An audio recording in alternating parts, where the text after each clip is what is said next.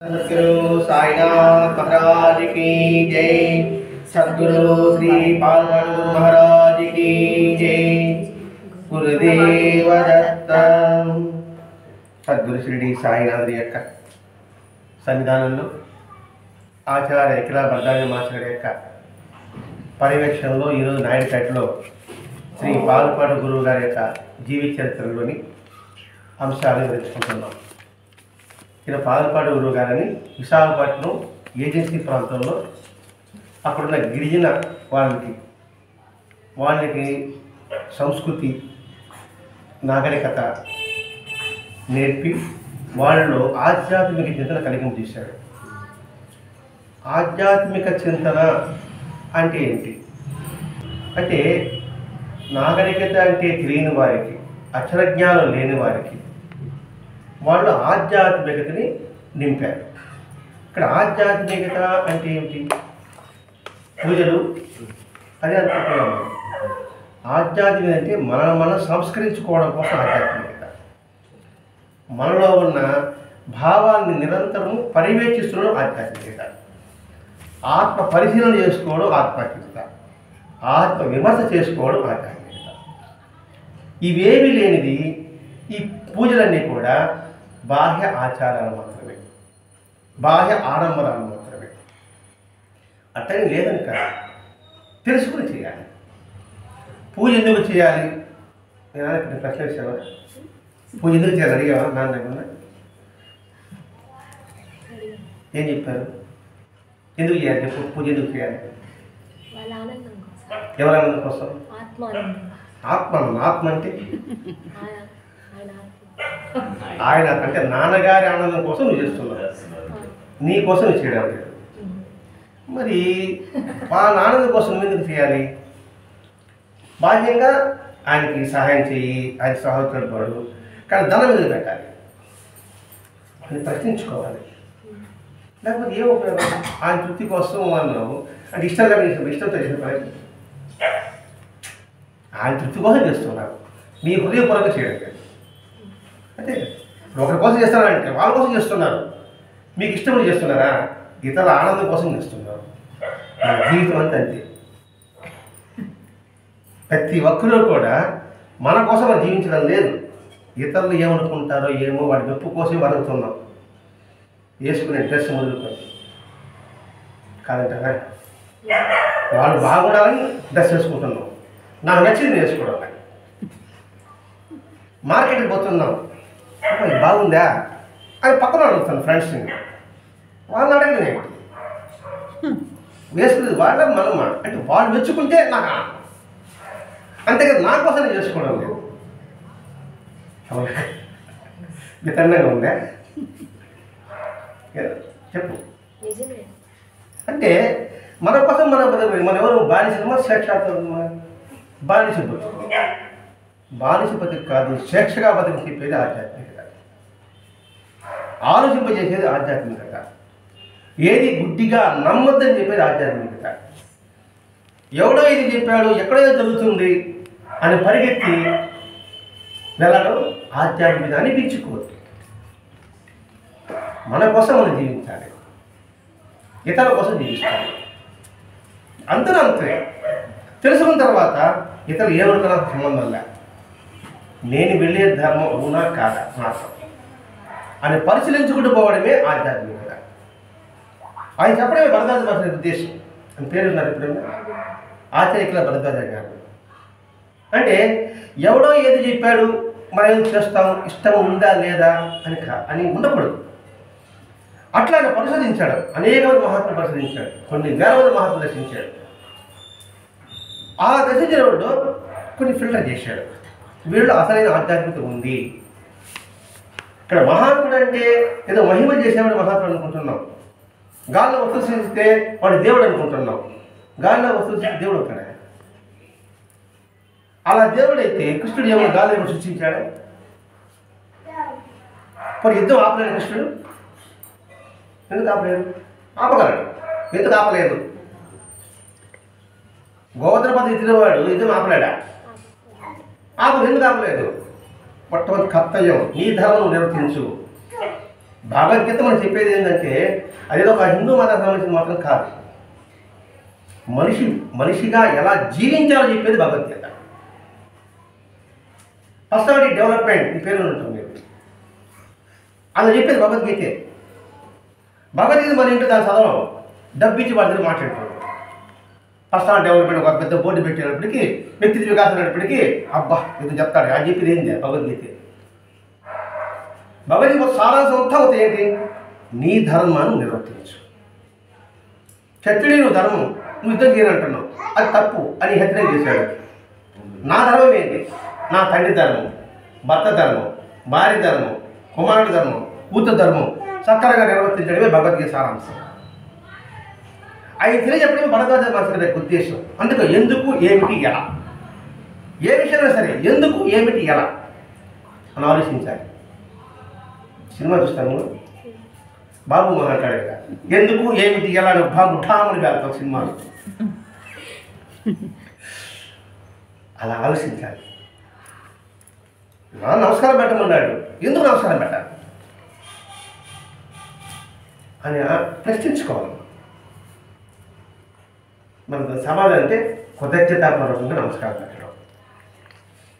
ఎందుకు భగవంతుని నమస్కారం పెట్టాలంటే ప్రతి ఒక్కటి భగవంతుని యొక్క అనుగ్రహం లేనిదే మన శ్వాస కూడా మనం పీల్చలేము. మన గుండె మన ప్రయత్నం కొట్టుకుంటుందా? మన తిన్నాహార రక్తంగా మన ప్రయత్నం మారుస్తున్నామా? మార్చేవాడు ఎవడు? ఒకడు ఉన్నాడు. మరి ఏ పేరుని పెట్టుకో, నువ్వు రాముడు పెట్టుకుంటావా, కృష్ణుడు పెట్టుకుంటావా, ప్రవక్త పెట్టుకుంటా, యేసు పెట్టుకుంటా, నీ ఇష్టం. మరి అటువంటి వాడి కృతజ్ఞత అవసరం ఉందా లేదా? అందుకని ఓ భగవంతుడా నీకు కృతజ్ఞత, అందుకు నమస్కారం పెట్టుకోవడం, అందుకు దేవాలయం వెళ్ళడం. అంటే ఎవడో చెప్పాడంటే కాదు కాదు. అందుకే పెద్దలు చెప్పుకుంటున్నాం. చెట్టుకి అమ్మని ప్రదర్శన ఏమంటుంది? చెప్తే చెట్టుకి ఏమన్నా ఎందుకు చేయాలి? చెట్టు ఏదో పోలేరమ్ము, అంకాలము, ముచ్చారము చెప్పలేదు. ఏం పవర్స్ ఉంటాయి? కొన్ని చెట్లకు పవర్స్ ఉంటాయి. ఏం పవర్స్ ఉంటాయి? కొన్ని చెట్లకు పవర్ ఉందన్నారు, కొన్ని చెట్లకు పవర్ లేదంటున్నారు. ఏ చెట్టుకు పవర్ లేదు, ఏ చెట్టుకు పవర్ ఉంది? సింపుల్ థింకింగ్ పెద్దగా అవుతుంది. ప్రతి చెట్టు మనకి ఆక్సిజన్ ఇస్తుంది. ప్రతి చెట్టు ఆక్సిజన్, మరి దేనికి పవర్ లేదు? అన్నిటికీ పవర్ ఉంది. పిచ్చి చెట్టు కూడా పవర్ ఉంది, గడ్డి పరక కూడా పవర్ ఉంది. మన కార్బన్ డైఆక్సైడ్ తీసుకుంటుంది, ఆక్సిజన్ ఇస్తుంది, అందుకని మొక్కాలి. అంతేగాని కొన్ని చెట్టుకి పవర్ ఉంది, కొన్ని చెట్టుకి పవర్ లేదు ఏముంది. మన కార్బన్ డైఆక్సైడ్ తీసుకోకపోతే మన పరిస్థితి ఏంటి? మొత్తం కార్బన్ నిలబడేదానికి మన పరిస్థితి ఏంటి? అందుకే పండుగలకి, పబ్బాలకి, ఉత్సవాలకి ఎందుకు మామిడాకు కడతారు, ఎందుకు అడ్డుబాలు కడతారంటే ఇందుకు. మనం జనం ఎక్కువ జరిపోతాం, మన కాళ్ళ దూరుతూ ఉంటాం. మామిడాకు కానీ అడ్డుబాలు కానీ దాదాపు 2-3 రోజులు వాడదు. అవి తీసుకుంటాయి, అవి ఆక్సిజన్ ఇస్తాయి. ఇంకోటి కడతారు ఇంటి ముందర, ఏదో ఏమంటారు దాన్ని, గుమ్మడికాయ కాదు, ఆలివ్ కడతారు కదా, అది దాదాపు 6 నెలల వరకు పచ్చగా ఉంటాయి. కొబ్బరి పెడతారు కదా సార్, ఏరు తీసుకుంటారు. కలబంద దాదాపు 5-6 నెలలు అట్లే ఉంటుంది. అంటే ఎందుకు ఇటు పెట్టాలి? అది మనకి అది వచ్చేస్తుంది కాదు, మన కారణం తీసుకుంటుంటుంది. అప్పుడే ఇది సైన్స్. అది నేర్చుకుని మాట్లాడి చెప్పాడు. అట్లా ఈ భరద్వాజ మాస్టర్ గారు పాలపాడు దగ్గరికి వెళ్ళి ఆయన స్థితి ఏంటి? ఆయనకి మామూలుగా చదువు రాని వాళ్ళకి అంత మాత్రం ఎలా తేగలిగాడు? ఆయన ఏ సాధన చేస్తున్నాడు అని పరిశీలించాడు. అంతేగాని ఎవరో చెప్పాడు పోయి నమ్మకైనా మొక్కేస్తాము, మొక్కితే ఏమవుతుంది? ఏం రాదు, మనకి కాస్త పోతుంది. మరి ఎంతమంది సామాన్లు అన్ని దారి పోసుకుంటున్నారా? ఎవడో చెప్తాడు వాళ్ళకి కొన్ని ఆశ్రమాలు శిష్యులు ఉన్నప్పుడు గోయమాని గొప్పవాడు అనుకుంటాం. ఏం గొప్ప? చుట్టూ ఒక కొన్ని వేల మంది ఉంటాడు, గొప్పడైపోతాడు. దొంగల ముఠా నాయకుడు కూడా జనం ఉండరా? దొంగ ముఠా నాయకుడికే అని చెప్పాడు రమణ మహర్షి. నేను జనం ఉంటారు కదా, గొప్పవాడు ఏంటంటే దొంగల ముఠా నాయకుడు జనం ఉంటాడు. జనాన్ని చూసి మనం మోసపోతున్నాం. నువ్వు మోసపోతున్నావు. వాట్సాప్లో ఏదో ఒకటి వస్తే చాలు కొన్ని లక్షలు చూస్తున్నారు. మన రసాతంగి ఎవడు పెట్టాడు, రథసప్తమి రోజు పలాని రంగు చీర కట్టుకుంటే భర్తకి నిండు 100 ఏళ్ళు, ఇంటికి డబ్బుకు లోటు ఉండదు. ఎంతమంది చూసింటారా? ఇంటికి డబ్బు లోటు ఉండదు. ఎవరింటికా? వారి ఇంటికి డబ్బు లోటు ఉండదు. పెట్టుకోండి, ఇది పని చూస్తా కదా, డబ్బు వస్తుంది. అసలు వాటికన్నా నమ్ముతున్నారు, చదువుకున్న వాళ్ళు నమ్ముతున్నారు, చదువు వాళ్ళు నమ్ముతున్నారు. మరి దాన్ని నిరసన అవసరం ఉందా లేదా? దాన్ని సపోర్ట్ చేసి ఏమవుతుంది? సమాజాన్ని పాడు చేస్తుంది. ఇట్లాంటి మీరు ఎదుర్కోవాలి. మా వయసు అయిపోయింది, ఇంకేం చేయగలుగుతాం? అందరికీ నేను ఇక్కడ కూర్చోబెట్టి నేను అక్కడి నుంచి వచ్చి, ఎందుకంటే యూత్ కదా ఇది తెలుసుకోవాల్సింది. మీరు దాన్ని నిరసించాలి. ఇలా నిరసించకపోతే ఉందంటే మన సాంప్రదాయం అడ్డుకడిపోతుంది, మొత్తం మన ఆచారాలు భ్రష్టు పట్టిపోతుంది. ఒక్కొక్కడు ఒక ఆచారం. కృష్ణుడు ఏందండి గోపికను పెళ్లి చేసుకున్నాడు అంట. పాట పరంగా చూడగానే వాడి స్థితి ఏమిటి, వాడు ఏ సాధన చేస్తున్నారు? ఈయనట్లు స్వయంవరం వరకు ఉన్నాడు. అట్లా మహాత్ముడు నమ్ముతామా? అట్టుకున్నాడు ఈయన. నేను మహాత్ముడు నమ్ముతారా? చూడు బుడ్డ తీసుకుంటాడు అంటే వేషధారం ఉండదు. మన వేషధారం ఉంటే నమ్ముతాం, వేషధారం లేకపోతే ఆయన ఉంటుంది. మరి ఈయన మాస్టర్గా గుర్తించింది అంటే ఈయన దగ్గర ఆ అడవి ఏజెన్సీ ప్రాంతాలు అంటే నక్సలైట్ ఏరియా, ఆ అడవిలోనే ఉంటాయి కదా. అక్కడ అప్పట్లో పురుడుతో ఉండేది. ఆ సీనియర్ ప్రాజెక్ట్ కట్టిన తర్వాత అవన్నీ దొరవైపోయినాయి. మా ఊళ్ళో పులుసు స్వామి అంటారు, రాదుబోయ్ అంటే అంతే. మా ఊళ్ళో జనాలకంతే మసూజిలాగా వ్యాధి చేసిన స్వామి అంటారు, పొయ్యిలు పో అంటాడు అంతే. విభూతి పెట్టి మతం వేసి నిమ్మకాయ ఇచ్చాము ఇవ్వడు, మాట చెప్తాడు అంతే. అది వెళ్ళిపోతుంది. ఏ విషయంలోనైనా ఎప్పుడైనా సరే ఎంతమంది ఆయన ఆశ్రమానికి వచ్చినా భోజనం పెడుతూనే ఉన్నాడు. ఎవరికి లేదని వాళ్ళు పంపించదు. పోనీ లోపల ఏమో బియ్యం బస్తాలు ఉన్నాయంటే ఏమో బియ్యం తప్ప ఇంకేమో. మూడోది ఆయన వేసుకున్నటువంటి ఎప్పుడు ఇస్త్రీ చేసి ఉంటాయి. మరి ఎవరు ఇస్త్రీ చేస్తున్నారు? ఎవరు వచ్చారు గుడ్డ తోముతున్నారు? ఈ 3 ప్రశ్నలు ఉండే దానికి ఎవరికి? మాస్టర్ గారికి. ఒకసారి ఆయన ఇది పాల్పడగురు గారు మామూలుగా అవసరాల కంటే ఇప్పుడు మా దగ్గర లెట్రిన్స్ ఉంటాయి కదా, టాయిలెట్స్ రూమ్స్ ఉండవు కదా, అలా బయటపోతామంటే ఆయన వెళ్ళగానే ఈయన ఆ గదంతా పరీక్షించాడు. ఏది ఆయన ఉన్న గది అంతా కూడా ఆడే ఉంది. చొక్కా పంచి ఒక చక్కే ఉండాలి, బియ్యం కొండలో ఒక పిడికిడే ఉండాలి. మరి అది ఎలా వెలుగుతుంది? అది ఈయన ప్రశ్న. అలా చేసుకునేటప్పుడు వెంటనే సరే ఆయన అడగదాము అనుకుంటూ ఉన్నాడు. ఈయన ఇంతలో పావుడు గారు లోపల ప్రవేశిస్తూ ఉన్నాడు. మరి ఆయన తిరిగిపోతే కదా, వస్తానే గాండి ఎక్కువ రూమేసాడు. నేను వస్తా అది ఇంట్లో గడిపి పెడతా ఈయన చూసి, మరి మా పడు నువ్వు పరిశోధిస్తావు, నువ్వు మాత్రమే వచ్చావు అదే అన్ని చూసిన తర్వాత అంటే ఇంత తుచ్చ బుద్ధి నీకుందా? ఇవన్నీ మనకుండే బుద్ధిలే. కానీ మహాత్ముడు అవునా కాదా? నిజంగా రాముడు దేవుడు నమ్మరు, కృష్ణుడు దేవుడు నమ్మము. మనం పరీక్షిస్తాం. అన్నీ పరీక్షించి అనుభవాన్ని తెలుసుకుంటే వీలు కాదు. నాకు అనుభవం వస్తేనే తెలుసుకుంటానంటే మాత్రం వీలు కాదు. కొంచెం అనుభవం చెప్పిన వాళ్ళు తెలుసుకుంటే దాన్ని మనం సృష్టించాలి. ఈ మాట నీకు అర్థమైంది లేదు. ప్రతి ఒక్కటి కూడా నాకు అనుభవానికి వస్తే నమ్ముతా, ఎందుకంటే నేను చెబుతాను. నాకు అనుభవానికి వస్తే నమ్ముతా, వాళ్ళు చెప్పిన నమ్మను అని అంటాం. మన అనుభవానికి నమ్మేది ఉన్నాయి, కానీ అనుభవం చెప్పేది గురించి మనం విశ్వసించాలి. ఇప్పుడు సైంటిస్ట్ చెప్తున్నారు, వాళ్ళు ఇప్పుడు నమ్ముతున్నావు లేదా? ఎందుకంటే వాళ్ళు చేశారన్న వాళ్ళ మీద నమ్మకం, అంతే కదా. మనం చేసామా? మరి చెప్పి ఎందుకు నమ్ముతున్నాం? వాళ్ళు చేసి చూసారా కాబట్టి నమ్ముతున్నాం. అలాగే ఈ ఆధ్యాత్మిక ఈ తత్వవంతులు మన మహర్షులు అనుభవి చెప్పారు, మనం దాన్ని విశ్వసించాలి. ఆ తపస్సంపన్నం లేదు, వాళ్ళ తపస్సంపడి ఉండే అనుభవంతో ఈ విషయం చెప్తారు. అలాగే వచ్చింది వేదాలన్నీ కూడా. వేదాలన్నీ కూడా రాసింది కాదు, వాళ్ళ హృదయంలో వచ్చిన భావాలు. అట్లా ఆయన ఇట్లా నువ్వు పరిచయిస్తావా అని అది తుచ్చబుద్ధి అనే ఉద్దంతో మాస్టర్ గారి తుచ్చబుద్ధి ఉద్దంతో గాడి మెచ్చడికి గబగబా బయట చేశాడు. ఏమో తెలియట్టే వచ్చాడు మాస్టర్ గారు. కానీ వాళ్ళకి తెలియదంటే ఏమవుతుంది? మహాత్ములు ఎప్పుడు సర్వజ్ఞత్వం కలిగి ఉంటారు, సర్వసమర్థత్వం కలిగి ఉంటారు, సర్వవ్యాపకత్వం కలిగి ఉంటారు. ఈ 3 లక్షణాలు ఎవరికైతే ఉంటుందో వాళ్ళు మాత్రమే నిజమైన మహాత్ములు. అంతేగాని గాలి చేసిన వాళ్ళకి మహాత్ములు కాదు. మరి వాళ్ళకి ఎలా వచ్చింది? వాళ్ళ పూర్వపుణ్యం. ఆ పూర్వపుణ్యం వల్ల శక్తులు రావచ్చు. ఆ వచ్చేదాన్ని భగవంతుడి పాటు ప్రేరేపిస్తే వాడు ఉన్నత స్థితికి ఉంటాడు. భగవంతుడి పక్క కాకుండా తలవైపు తిప్పుకున్నాడు అనుకోండి, వాడు అదో పథకానికి వెళ్తాడు. అందుకే ఇక్కడ మాస్టర్ గారు ఎప్పుడో పరిశీలించాడో ఈ పాలవాడి గారు ఇద్దరు తీర్చిబుద్ధి అన్నాడు. అయినా అలా అంటేనే మాస్టర్ గారికి అడగాలి. అంటే గాంధీ అన్వేషాడు కదా, మాస్టర్ గారి తెలియని ఉంది నిత్య అన్వేషకుడు. ఈ ప్రపంచంలో కూడా ఎవడే గొప్పవాడంటే దేవుడు నమ్మేవాడు గొప్పవాడు కాదు, దేవుడు లేని చెప్పేవాడు గొప్పవాడు కాదు, అన్వేషకుడే గొప్పవాడు. నిరంతరం తెలుసుకోవాలని తపనైతే ఉంటుందో వాడు మాత్రమే గొప్పవాడు.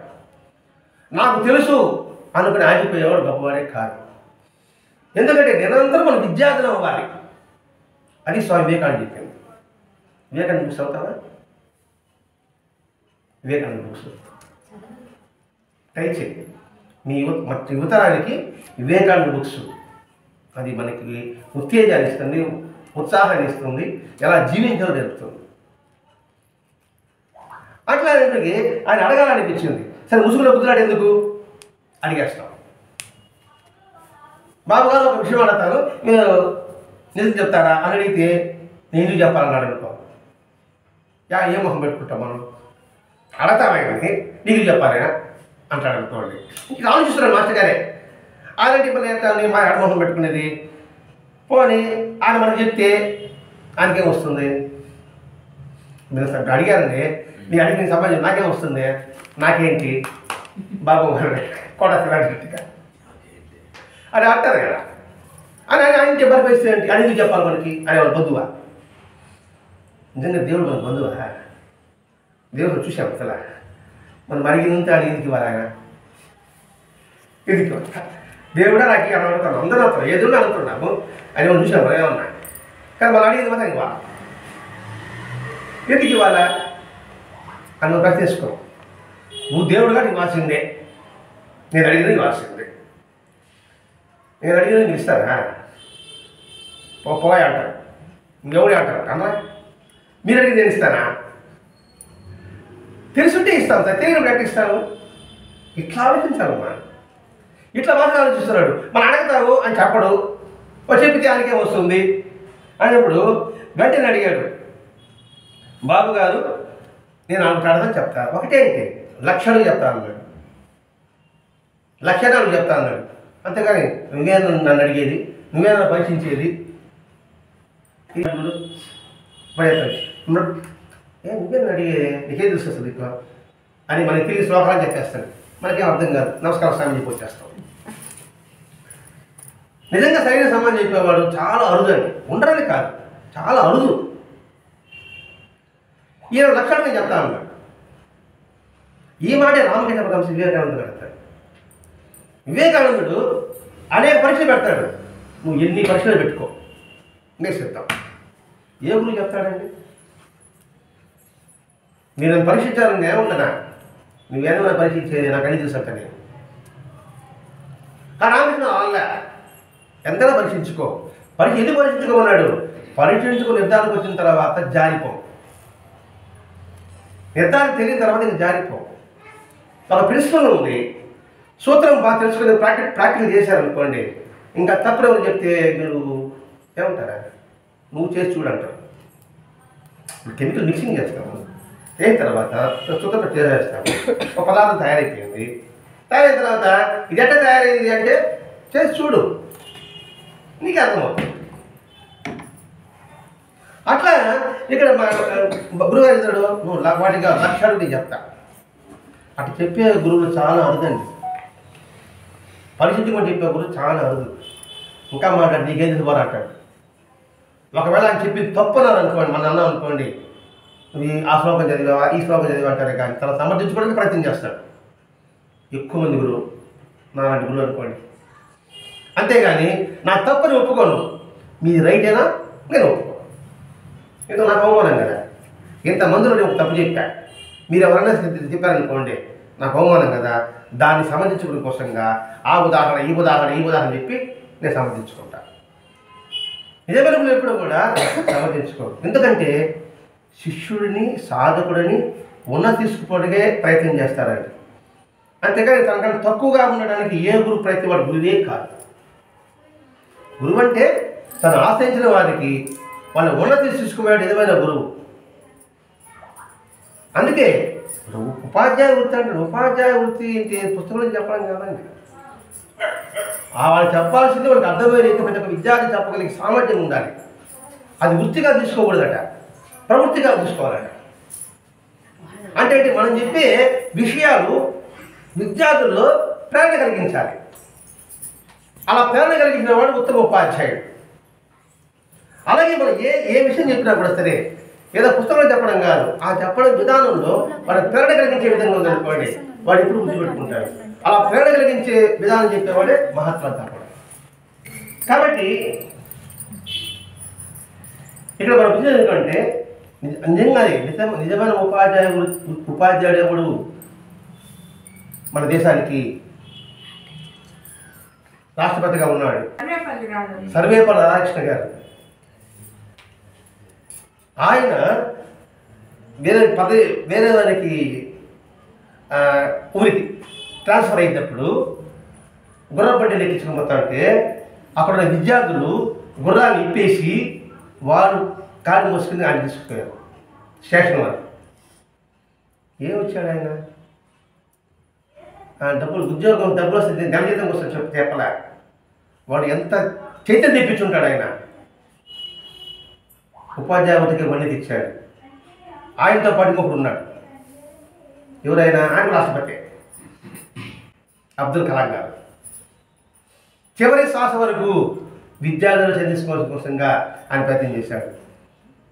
వారు ఈనాటి నిజమైన ఉత్తమ గురువులు. బాబాని చూడలేదు, బాలబాడిని చూడలేదు, ఇంకోరు చూడలే. కానీ వీళ్ళు సర్వేపల్లి రాధాకృష్ణ గారు కానీ అబ్దుల్ కలాం కానీ నిజమైన గురువులు అంటే వీళ్ళే. ఆ తత్వం చెప్పడం కోసం నువ్వు లక్షలు చెప్తాను.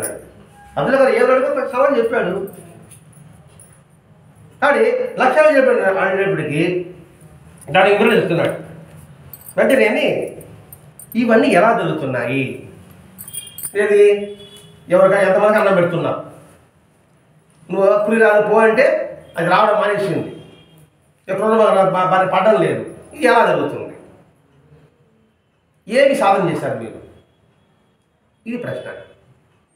ఇప్పుడు నేను ఒక మహిళ చేశాను అనుకోండి, అడగాల ఎలా చేశారు, ఇది ఎలా ఇది లేస్తుంది నీకు, అంతేగాని దండం పెట్టి దాంతో దర్శనం పెట్టడం కాదు. ఏదైనా ప్రశ్నించు, పరిశీలించు, శోధించు, సాధించు. ఈ నాన్న గుర్తుపెట్టుకో.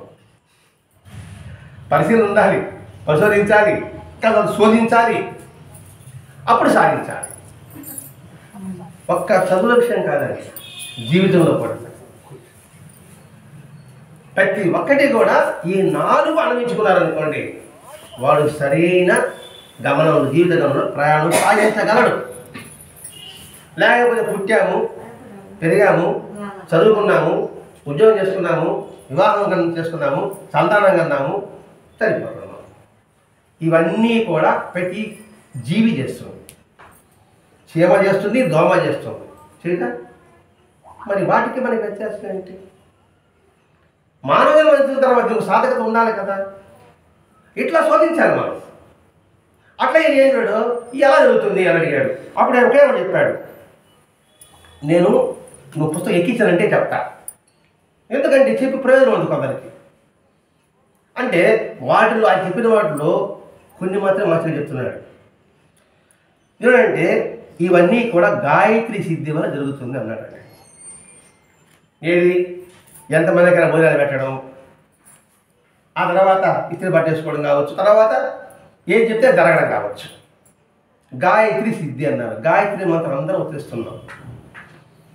ఏదో బోరబా ఏదో చెప్తారు కదా, నాకు తెలియదు శ్లోకం చెప్తుంటారు కదా, ఏదో వదిలేస్తూ ఉంటారు, వదిలేస్తూ ఉంటారు అంతే.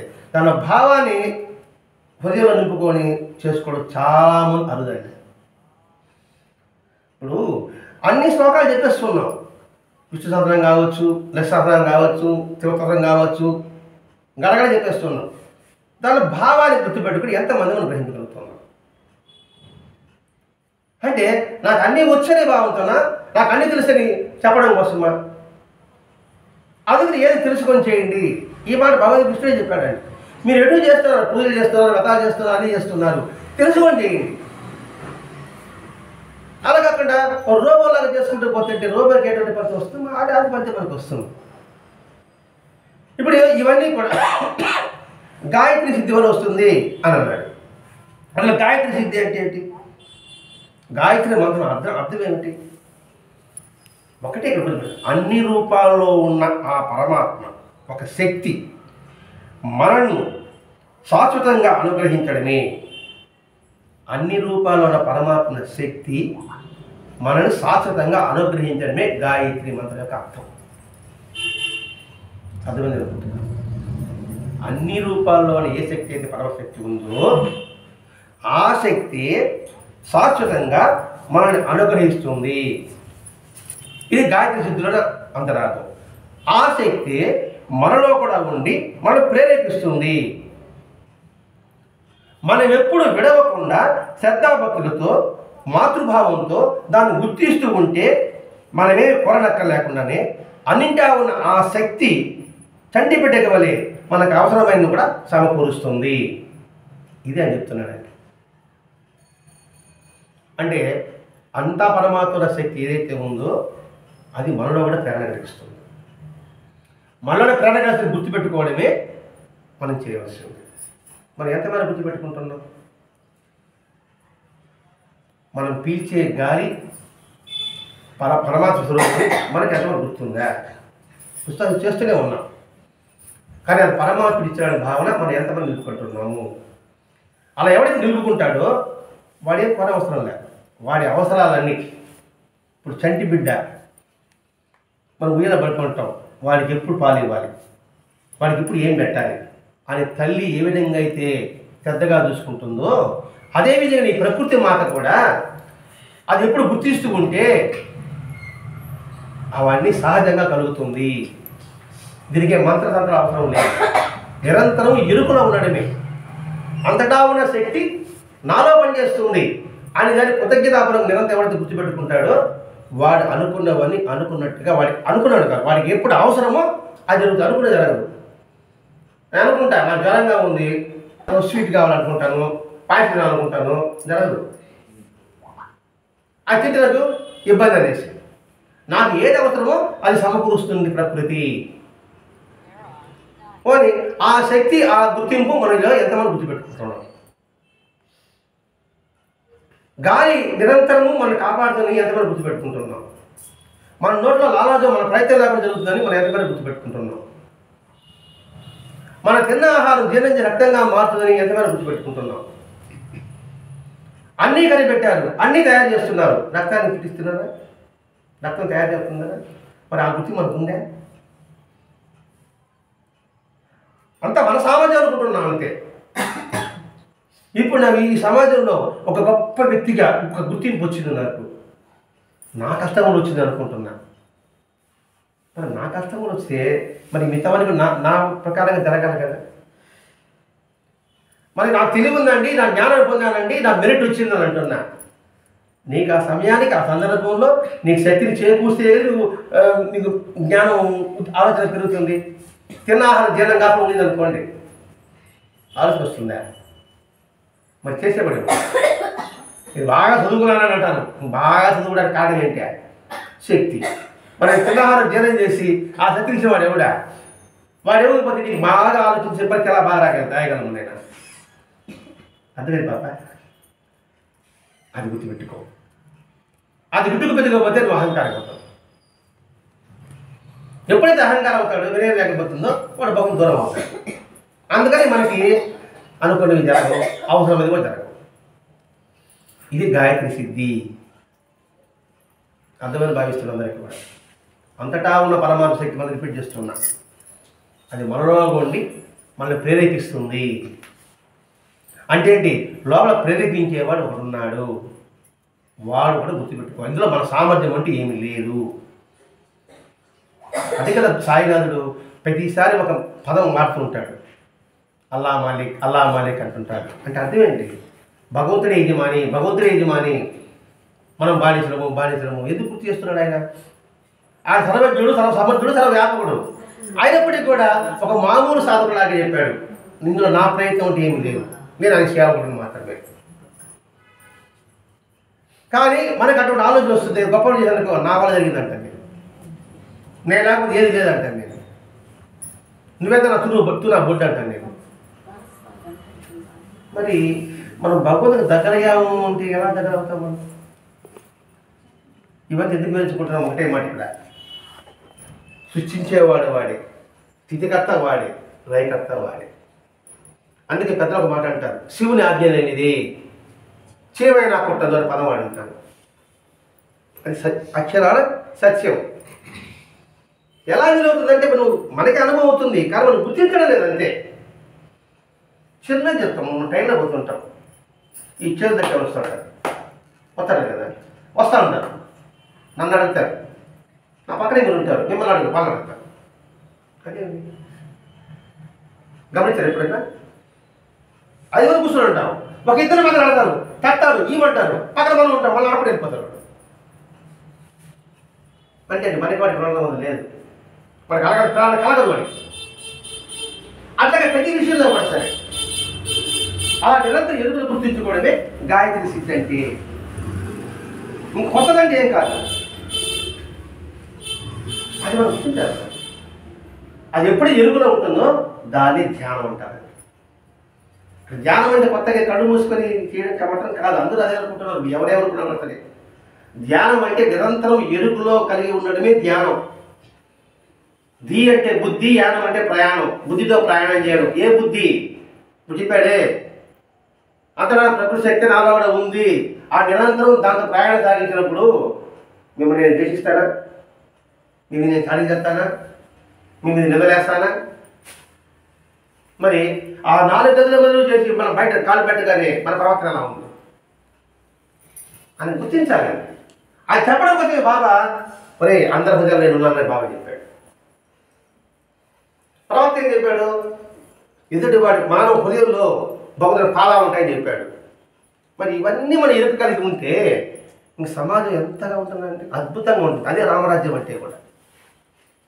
రామరాజ్యం కావాలంటున్నాం. రామరాజ్యం అంటే ధర్మంతో రాజ్యం. ధర్మంగా మనం మాత్రం ఉండను, రామరాజ్యం మాత్రం కావాలంటున్నాం. బయట సంగతి పక్కన పెడతాం, మన కుటుంబం కూడా రామరాజ్యం చేసుకోవచ్చు. కుటుంబమే మా 5 మంది ఉన్నాను కుటుంబంలో, 5 ధర్మంగా ఉన్నాను అనుకోండి, 5 రామరాజ్యం. అది చెప్పడం ఉద్దేశం అండి. దీనికి పెద్ద భయములు సాధన చేసుకోవడం లేదు.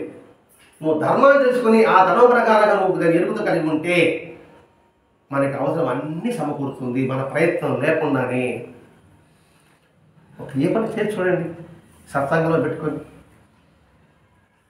ఖచ్చితంగా జరిగి తీరుతుంది అంతే. ఇంక దాంట్లో ఏమి దోకానే లేదు. మీరు సహాయం చేయలేదు అనుకుంటా, మీరేమో సహాయం చేయబోతారు అంతే. మీరు చేయకూడదు అనుకుంటారు, వీడికి సహాయం చేయకూడదు అనుకుంటారు, కానీ మీ సహాయం వల్ల ఆ సమయం మీకు తేడా కలుగుతుంది, వచ్చి చేసిపోతారు. మనం ఎట్లా చేసే వీడికి అనుకుంటాం, మీరే అనుకుంటారు. అంటే వీడి చేసేవాడు ఎలా ఉంటాడు? ఎందరి రూపంలో నాకు భగవంతుడు సహాయం చేస్తాడు అని కనుక అనిపిస్తుంది. ఇప్పుడు అందరి రూపంలో ఆ ప్రాణం కలుగుతుంది, వీడు ఆ ధ్యాసలోనే ఉంటాడు అన్నమాట. ఎవడొచ్చినా ఈ రూపంలో నాకు సహాయం చేస్తాడు, ఈ రూపంలో నాకు సహాయం చేస్తాడు, ఈ రూపంలో నాకు సహాయం చేస్తున్నాడు. ఇదే గాయత్రి సిద్ధి. ఇదే మన సూర్యపేట సమ్మేళన జరగడం ఉద్దేశం కూడా ఇదే. అంటే ఇంత ఖర్చు, ఇంత డబ్బులు ఎవరిని ఏమీ ఒక పైసా అడగకుండా మరి 3 రోజులు ఆ సమ్మేళనం ఎలా జరిగింది అంటే ఇదే అని చెప్పిన సూత్రమే. అందరిలో ఒకే సూత్రమే. ఎలా జరుగుతుంది అని చేస్తాడు. ఇదే పడుతుంది. కార్యం ఆయనది, సంకల్పం ఆయనది, ఇప్పించేది ఆయన, ఇచ్చేది ఆయన. ఈ 4 పాయింట్లు గుర్తుపెట్టుకున్నారండి ఆచార్య సేవా సంస్థ. అందువల్ల నిర్విఘ్నంగా జరిగింది. అంటే ఏంటి సూత్రాలు చెప్పాడు కాబట్టి ఆయన చెప్పకపోతే మాకు మాత్రం అనిపిస్తుందండి. అందులో ఈ భావం రావాలంటే నిరంతరం అందరూ సత్సంగంలో పాల్గొనడం వల్ల, అందరూ సంఘం చెప్పుకోవడం వల్ల, ఇందులో మన ప్రైవేట్ ఏమీ లేదు అని భావించడం వల్ల ఆ విధంగా నిర్విఘ్నంగా జరిగింది. ఎందుకంటే ఈ సూత్రాన్ని మాస్టర్ గారు చెప్పాడు కాబట్టి పాలపాడు గురువాడు కదా. కాబట్టి అలా కాకుండా దాని పద్ధతి గుర్తించుకోవాలి. అలా కాకపోతే మనకు అంత స్థితి కలిగిందని భావం వస్తే అప్పుడు వాళ్ళకి మనకు ఒక అడ్డుతర. ఓహో నీ ప్రతాపమా అని అంటాడు. నా ప్రతాపం ఏమని అనుకోండి, ఆడ గడ్డుపడిపోయినాం అంతే. ఆ తర్వాత ముందుకు కూడా జరగదు. ఒకవేళ పూర్వపడి జరిగితే దానివల్ల అది తగని పని. ఇప్పుడు నేను అనుకోండి, నా శక్తులు మహత్తులు చేశాను అన్ని చేసిన తర్వాత ఇది నా ప్రతాపం అనుకుంటే ఇలా నేను మహిమలు చేయడానికి కారణం ఎవడు అంటే వాళ్ళే తీసుకొచ్చి నేను చేస్తున్నా. అంటే నేను దొంగతో సమానం. సరే ఇది అర్థం కాదు, పక్కన పెడతాం. నేను సత్యంగా చెప్తున్నా. ఈ సత్యంగా చెప్పేదంతా కూడా నా సొంత తెలివా, ఎవడు కాపీ గుట్టి చెప్తున్నా అంతే కదా. ఎవరు చెప్పినా కాపీ గుట్టే. ఎవరు చెప్పినా రామకృష్ణ చెప్పినా వేదాలు చెప్పినా అందరూ వేదాలు చెప్పాల్సిందే, కొత్తగా ఏం చెప్పలేరు. వేదాలు తీసా చెప్పాల్సిందే. వాళ్ళందరూ ఏం చెప్పారు, వేదాలు ఇలా ఉంది చెప్పారు రామకృష్ణ పరమహంస కానీ రమణ మహర్షి కానీ. కానీ నా బోర్డు కూడా చెప్తాను తెలిసిన నేను తెలుసుకుని చెప్తున్నాను. మిమ్మల్ని నమ్మించడానికి ప్రయత్నం చేస్తా ఉంటా. ఇప్పుడు నేను దొంగ ఉన్నా కదా అని చెప్తున్నాను. ఇక్కడ అర్థం మీద భావిస్తున్నాను. అంటే ఏంటి, నా సొంత సత్యంగా చెప్పడం లే, ఆయన కాపీ కూడా చెప్తున్నా. కానీ ఆయన పేరు చెప్పకుండా నేనే శోధించానండి, నేనే తప్ప చేశానండి. చాలామంది అండి మాస్టర్ గారి పుస్తకాలు ఆయన ఏది రాశాడండి, ఆయనకి నేను ఎక్కువ పరిశోధన చేసి నేను ఆ పుస్తకాలు రాస్తున్నాను చెప్తున్నాడు. ఆయనగా ఎక్కువ పరిశోధన చేశానంట. ఏది మీ దగ్గర చూసుకుని తన పుస్తకాలు పెట్టి ఎంత మాత్రం సబబు అండి అది. మనకు తెలివిచ్చిన వాడు భగవంతుడు, ఆయన కాదు నువ్వేం చేయగలవు, నా సొంతంగా నేను ఉందా అని చెప్తానండి. అందుకే దొంగ సమానం అన్నాడు. అలా చేస్తే అది దొంగ సొత్తే, పరమాత్మ నువ్వు దొంగతనం చేసినట్టు అవుతుంది. ఎందుకంటే ఆయన కాపీ కొట్టావు, నువ్వు కాపీ కొట్టి మీకు అందిస్తున్నాను. అందించినప్పుడు ఆయన చెప్తే ఇచ్చానని చెప్పాలి నేను. అలా కాకుండా నా సొంతంగా నేను దానం ఇస్తాను అంటాను. ఏది మీరు దొంగతనం చేశాను, నేను పోయి దానం చేసి మీద డబ్బులు కుట్టేస్తాను, ఆ దానం చేసేది నేను ఈ దానం చేస్తాను ఆడి పేరు.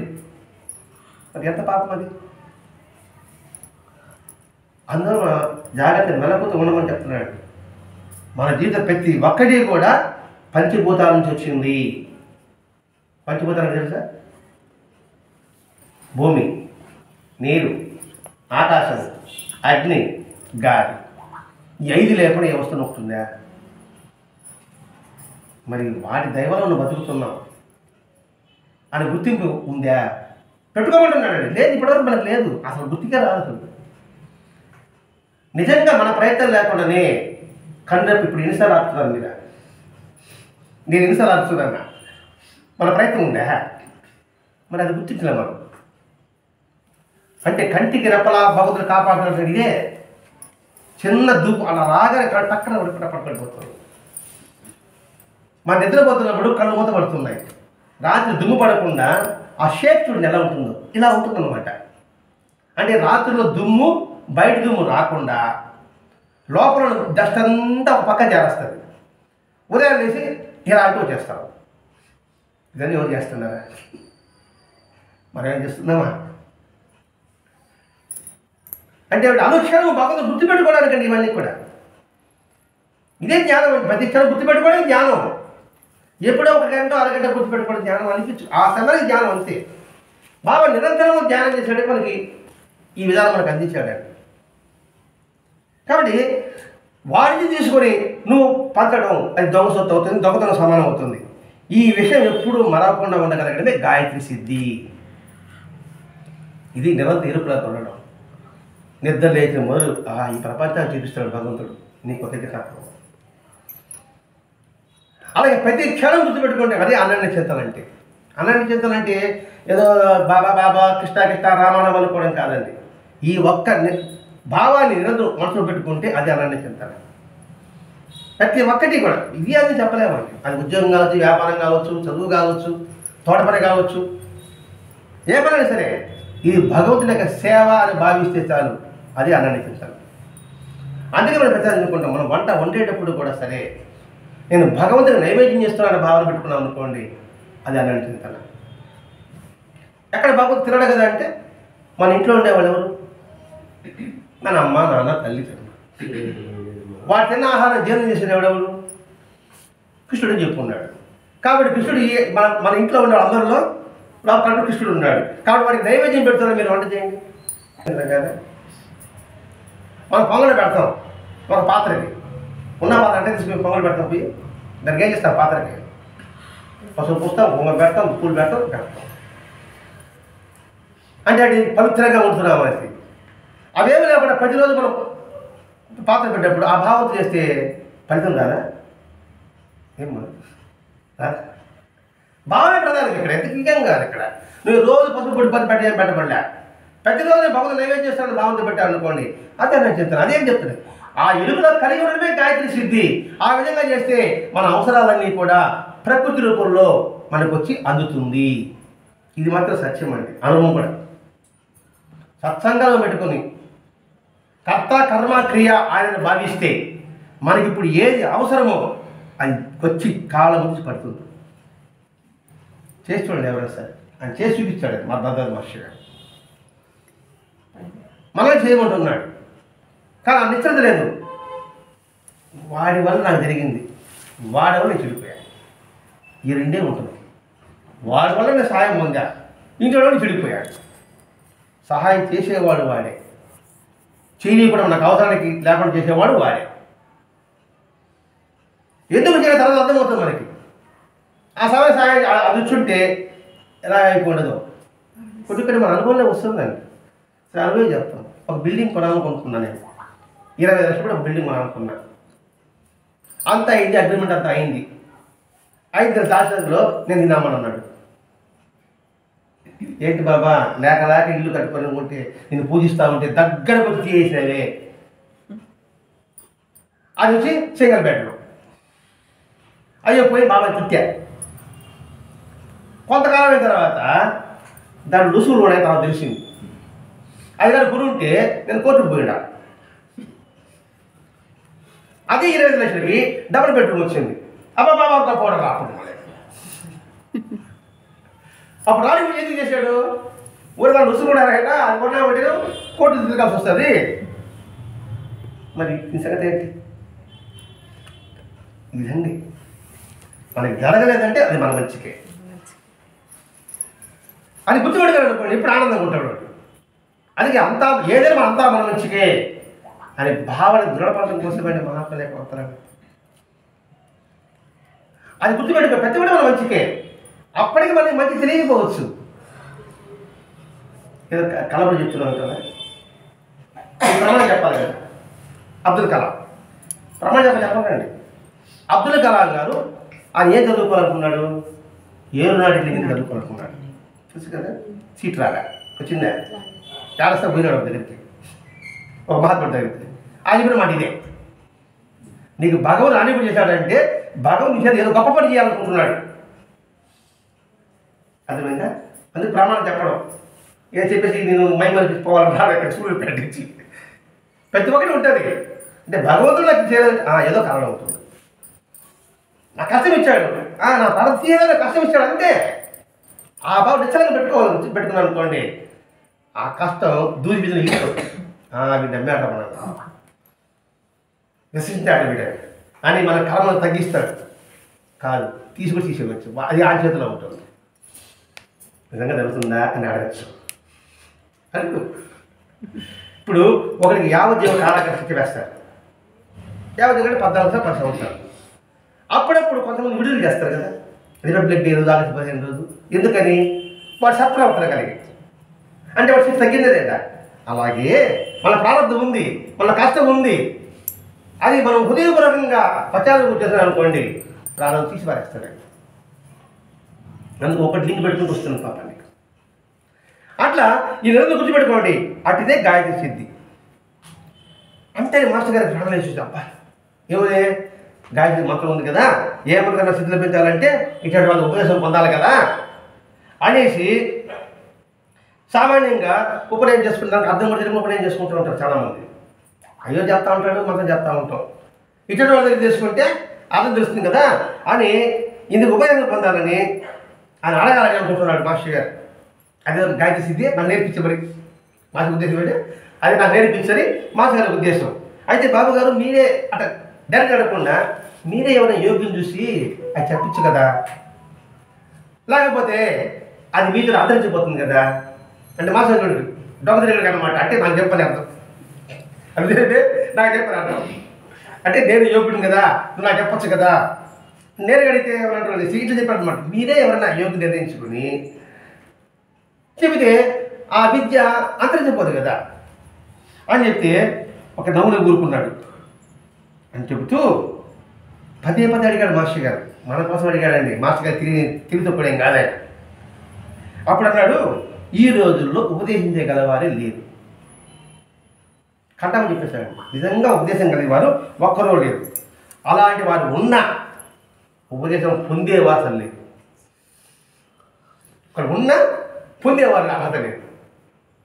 ఇప్పుడుండే ఈ కలియుగంలో చాలా అరుదు. ఆ అరుదులో ఒక్కడు వివేకానందుడు. మరి ఉపదేశం బట్టి ఎలా ఉంటుందంటే అలా అయినా మాస్టర్ గారు వదిలిపెట్టలే. ఉపదేశం మీరున్నారు కదా అని అన్నా అనుకున్నాడు, నోటి దాకా వచ్చింది కానీ అది బయటపెట్టలే. బయటపెట్టకుండా మాస్టర్ గారు మీరు చెప్పి నాకు అర్థం కాదు మళ్ళీ చెప్పండి అన్నాడు. ఉపదేశం ఇచ్చేవాళ్ళు లేరు, పుచ్చుకునేవాళ్ళు లేరు అని బాబు గారు చెప్పారు. వెంటనే మాస్టర్ గారు మీరున్నారు కదా అని నోటి దాకా వచ్చింది కానీ మింగేశాడు. మళ్ళీ ఉంటుంది నాకు అర్థం కాలేదు మళ్ళీ చెప్పండి అన్నాడు. అప్పుడు అన్నాడు ఉపదేశం అంటే చెవులో మంత్రం చెప్పడం మాత్రం కాదు. చెవులో పెట్టుకుని ఓం నమ శివాయనో ఓం నమో నారాయణో అదే అనుకుంటున్నాను ఉపదేశం అంటే. అది మాత్రం కాదు. ఎక్కడో ఉన్నాడు ఆ పరమాత్మ అన్ని రూపాల్లో నీలోను కూడా ఉన్నారని దర్శనం ప్రత్యక్ష అనుభవము ఇవ్వగలిగితేనే ఉపదేశం అవుతుంది. ఇప్పుడు ఓం నమో నారాయణ అని ఆ ఊరు చెప్పగానే ఆ స్థితి మీకు వచ్చేవారు. అది నిజమైన ఉపదేశం. అది వచ్చేవాళ్ళంటే మీరు ఎలా ఉండాలి, ఆ స్థితిలో ఉండాలి. ఈత నేర్చిన వాడు ఈత నేర్పగలడా, ఈత నేరం వాడు ఈత నేర్పగలడా? ఉపదేశం ఉప దగ్గరగా ఆదేశం ఇవ్వడము, దగ్గర కూర్చోబెట్టి ఇవ్వడము. దగ్గర కూర్చొని ఇనిమేమవుతుంది మ్యాగ్నెట్ పక్కన ఉంటే మ్యాగ్నెట్ అయిపోతుంది. చదువునప్పుడు ఇనుము ముక్క మ్యాగ్నెట్ దగ్గరగా ఉందనుకోండి అది మ్యాగ్నెట్ అయిపోతా ఇనుముగా ఉంటుందా? నేను ఉపదేశం చేయగానే మీరేమవ్వాలి, ఇసుకు మీకు వచ్చేవాలి. వచ్చేవాళ్ళకి ఇనుము ఎలా ఉండాలి? తుప్పు పట్టుంటే మళ్ళీ అతుక్కోరు, తుప్పు పట్టుంటే అతుక్కోరు, తుప్పు లేకపోతే అతుక్కుంటుంది. అలాగే నీకు అర్హత ఉంది అనుకోండి నీకు వెంటనే స్థితి వస్తుంది. ఆ తుప్పుని విడిపించుకున్నాం అనుకోండి పక్కన దాన్ని అతుక్కుంటాం. ఆ తుప్పే మనలో ఉన్న మలినం, మనలో ఉన్న అజ్ఞానం. ఆ అజ్ఞానం తెలియజేయడం కోసం ఈ సత్సంగం. తుప్పటి ఇనుము బొక్కలు మనం పదవాడ సరే నేను బాధపడి మీకు కోపం వస్తే మీకు ఇనుము బొక్క అన్నమాట ఇది తుప్పు పడింది.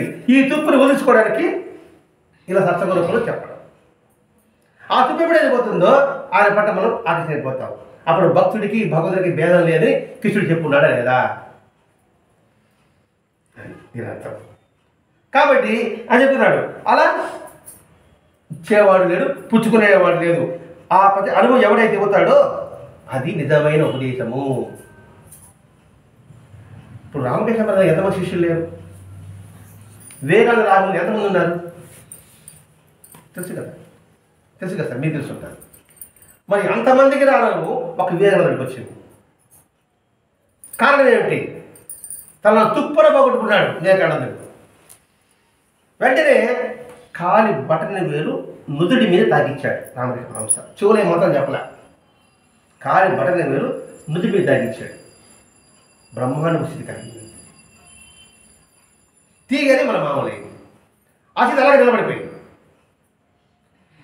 ఎవరు కాదు, వెంకటేశ్వర ఇచ్చాడు, సాయిబాబా ఇచ్చాడు, తాజన్ బాబా ఇచ్చారు, అనేక మహాత్ములు ఇచ్చున్నారు.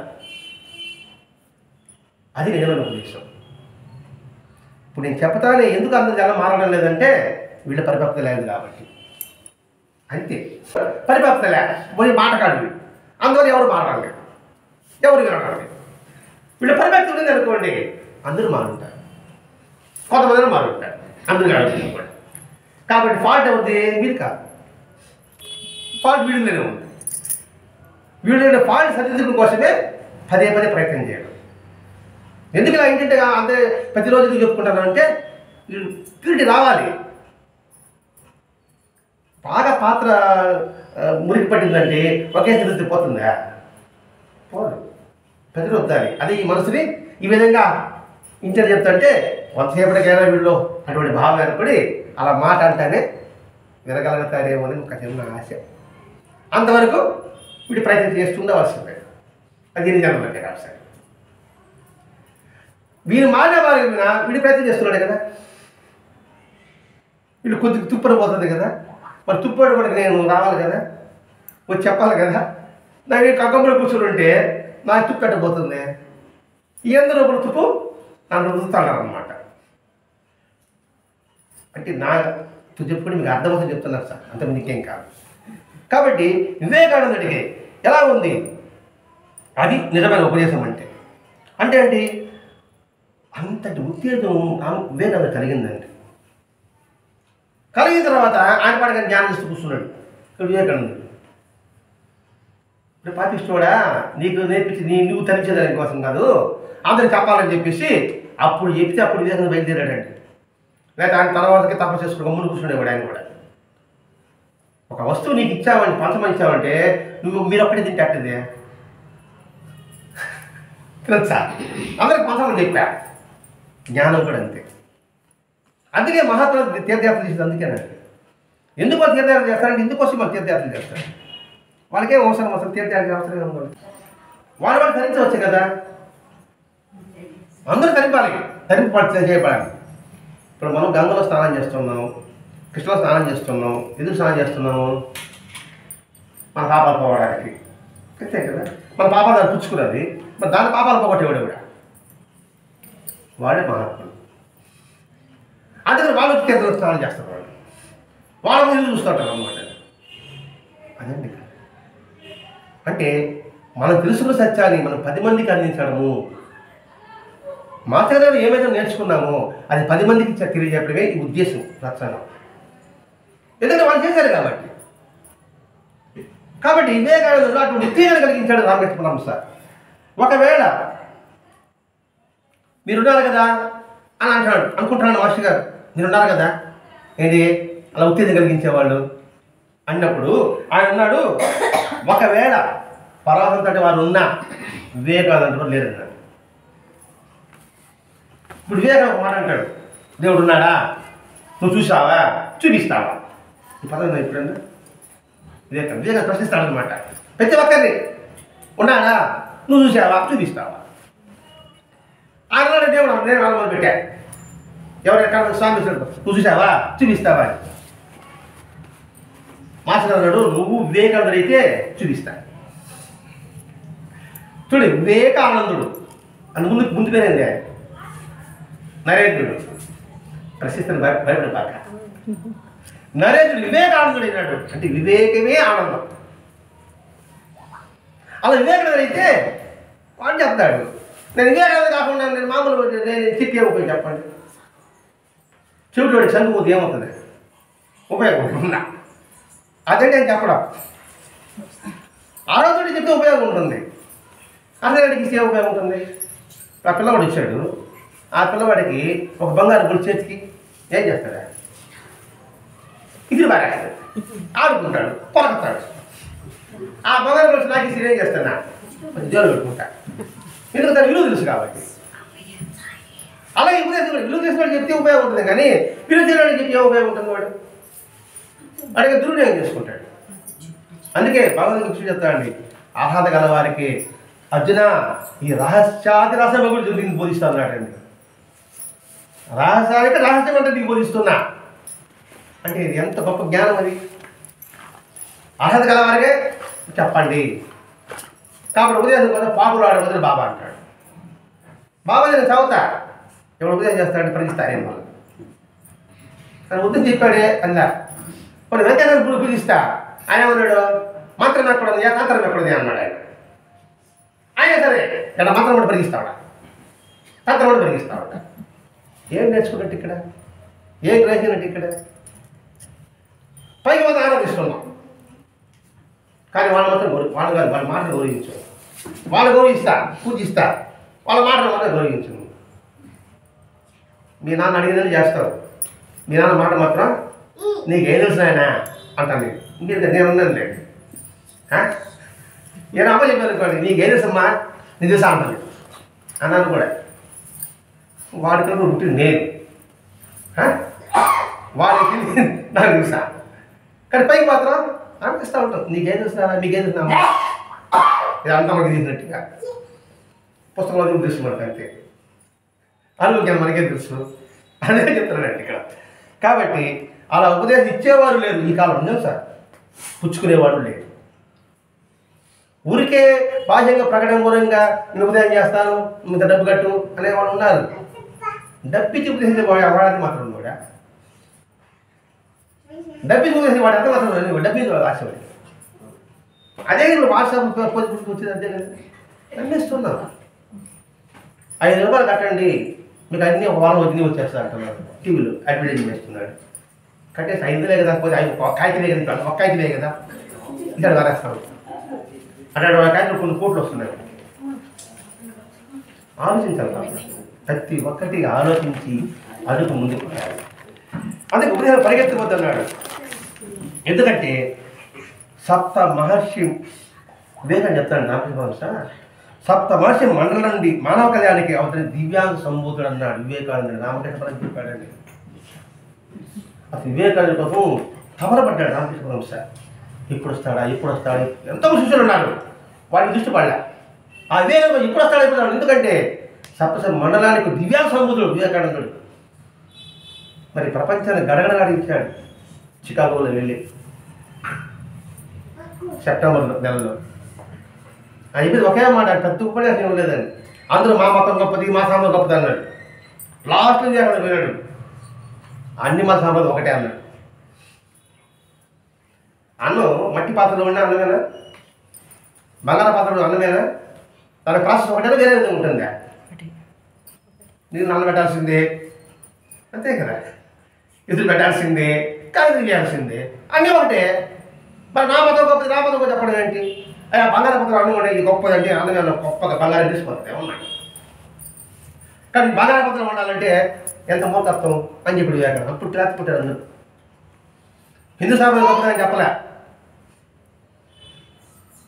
అది ఆయన అర్థం. ఆ భావం బాబా చెప్తున్నాడు. సబ్కా మాలిక్, అందరికి భగవంతుడు ఒక్కడే. అల్లా అచ్చా కరేగా, యా దేహ భగవంతుడు ప్రార్థించండి. అల్లా మాలిక్, భగవంతుడు యజమాని. దాన్ని మనం వేదంలో మహమ్మద్ చెప్పాడు, ఏకం సత్ విప్రా బహుదా వదంతి. ఉన్న సత్యం ఒకటే, ఆ విప్రులు పరిపరంగా చెప్తున్నారు అంతే. ఇప్పుడు చెప్పే విధానమే వాళ్ళకు ఒక విధంగా చెప్పాలి, నీకు ఒక విధంగా చెప్పాలి. వాళ్ళ దగ్గర ఆ విధంగా నాకు బట్టి పోతా ఉంది. ఇక్కడ నీకు అర్థం చెప్తా ప్రయత్నం చేస్తున్నా. ఇప్పుడు ఒక చిన్న పిల్లవాడికి జ్వరం వచ్చింది, క్యాప్సిన్ వేస్తామా, ట్యాబ్లెట్ వేస్తామా, సిరప్ ఇస్తాం. ఎందుకంటే వాడికి సిరప్ ఇస్తే తగ్గదు, ట్యాబ్లెట్ వాడికి కప్తాడు వాడు. అట్లాగే సత్యం ఒకటే, వాళ్ళ దగ్గర చెప్పాడు అంతే. మెడిసిన్ సిరప్ లాగే ముందు ఉంది, ట్యాబ్లెట్ అదే ముందు ఉంది, క్యాప్సూల్ అదే ముందు ఉంది, ఇంగ్లీష్లో అదే ముందు. అలా కాదు నీకు ఇంగ్లీష్ ఏ పొడుస్తారంటే వాడు ఆలోచన, ఈ పద్ధతే ఉండాలంటే అది మనకు అందుబాటులో కాదు. అదే ఇక్కడ చెప్పడం ఉద్దేశం. కాబట్టి నువ్వు ఎవరి దగ్గరికి తీసి వారికి శరీర శక్తిని ఇచ్చి ఉపదేశ అర్హులుగా తీర్చిదిద్దేనా మీరు ఉపదేశించడం మంచిది. బాగా మాట చెప్తున్నారు, మీరు ఎవరో తీసుకుని వాళ్ళకి ట్రైనింగ్ ఇవ్వండి, వాళ్ళకి ఉపదేశం ఇవ్వండి, లేకపోతే ఇదే అంతరించిపోవచ్చు అనే మాట గురుపుకుంటున్నాడు ఆయన. పైకి చెప్పలేక ఇది చెప్పారు కదా, మీరు ఒక ట్రైనింగ్ ఇవ్వండి, వారికి చెప్పండి. అని కొనుక్కుంటుంటే ఆయన ఏమైపోతాయి కదా, ఒక్కసారి చురుగ్గా చూసి ఆ సూర్యుడు ఏర్పడినప్పుడు అంటే అలా సంపాదించినప్పుడు నేను శరీరం విడిచినాకైనా సరే నేను ఉపదేశించగలను అని పాలబాబు చెప్తున్నారు. వాడు అర్హత ఉంటే ఈ శరీరం చెప్పబడలే, నేను ఉపదేశించగలను అంటే అర్థం ఏంటి? శరీరం అంటే ఆయన మహా అనుకోబాకండి. నిజంగా ఉపదేశం కావాలంటే ఉపదేశం అంటే ఏంటి? ఏదో ఒక మంచి మాట నేర్చుకోవడం, అంతేనా ఉద్దేశం? దానికి మనిషి ఎందుకండి? వాడి చివరి ఊహించుకోవడం ఎందుకండి? ఒక చీమ గురువు, చీమ గురువు ఎట్లా అడగచ్చు? నువ్వు తెలుసుకోవాలనుకుంటే ఒక చీమ గురువు అండి. అదే చెప్పడం ఆనందం అనుకోండి, ఆ చీమలు చేస్తే నీకు ఉపదేశం వస్తుంది. ఏ ఉపదేశం? చీమ వెళ్తాండి, ఒక చిన్న చికెన్ వేయండి అంటూ వెనక్కి వెళ్తుందా చూడు. కావాలంటే చికెన్ వేస్తానే ఎక్కడైనా ప్రయత్నం చేస్తుంది, ఎక్కలేదు. వెంటనే ఆ పొలం పక్కనే పోతుంది, దాడుతుంది. కష్టం వచ్చింది మనకి, వెనక్కి వెళ్ళకూడదు. సమస్య అంటే పరిష్కారం ఒకటి ఉంటుంది అని చీమ గురించి ఆలోచించు. చీమ ఏం చేస్తుంది? ఎండాకాలం అంతా ఆహారం సంపాదించి పెట్టుకుంటుంది, చలికాలం పుచ్చిగా తింటుంది. కొనుక్కు నేర్చుకో చీమను చూసి. గురువు కదా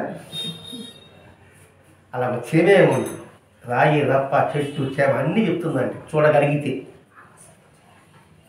అంతేగాని ఎవడో ఒక వ్యక్తిని ఆశ్రయించి వాడు చెప్తే నా ఉపదేశము, వాడే నా గురువు. ఎందుకు గురువు?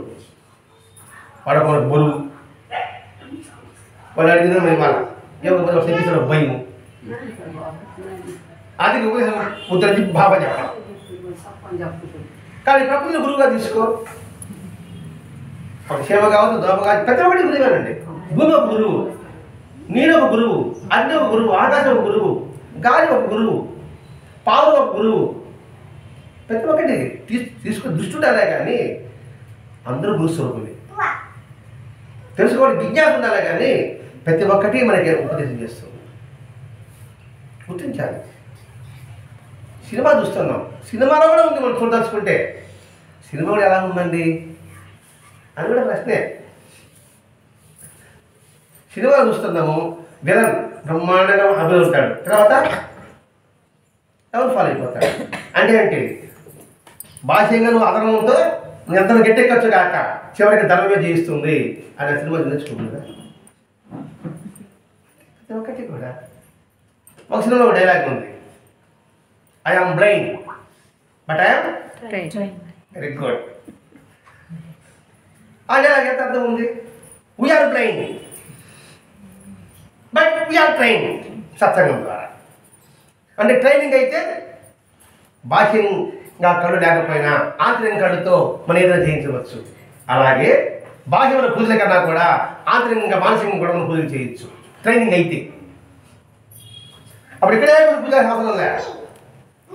ఆ ట్రైనింగ్ అనుకోండి, మనం బస్సులో పోతున్నా, ఇంకెక్కడ పోయినా, పెళ్ళిలో కూర్చున్నా, ఏం వచ్చినా మానసికం కూడా మనం భగవంతుని ప్రార్థించవచ్చు ట్రైనింగ్ అయితే అని ఆ ఒక డైలాగ్ తెచ్చుకోకూడదు ఉద్దేశం కదా.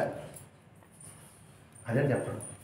పాపులాడు మాకండి, ఆడికి పరిగెత్తి మాకండి, వాడికి తమ తాగట పెట్ట మాకండి. ఎందుకు? వాడికి డబ్బిచ్చి వాళ్ళు కాడగాడి వాళ్ళ గురికి ఎందుకు తాగాలి అనుకుంటుంది కదండి. పాలు పూజ చేసి ఇంత డబ్బు, అది మురిగ్గా ఉంటే నీళ్ళు పాపం కాకపోతే డబ్బిచ్చేసి రోగం వస్తుందా, భోగం వస్తుందా? రోగమే వచ్చేది.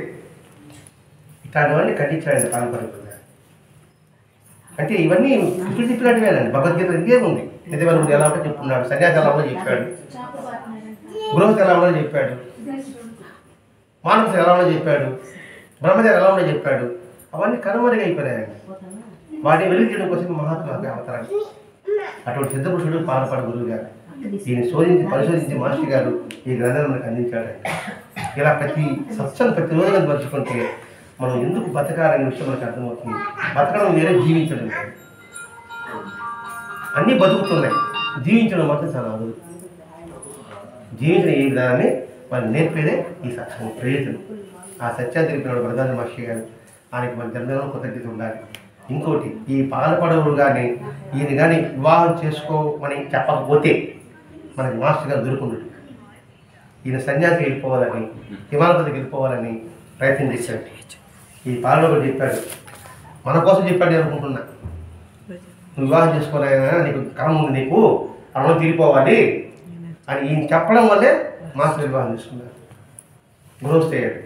అంటే గృహస్థగా ఉంటూ కూడా మనం సాధించవచ్చని చెప్పడానికి మన నిరూపణ భరద్వాజ మహర్షి గారు. ఆ రకాలు చేయకపోతే ఈ సత్సంగంగా మనకి బాధలే, నేను ఏదో గంట కూర్చోబెట్టి పనికొట్టా.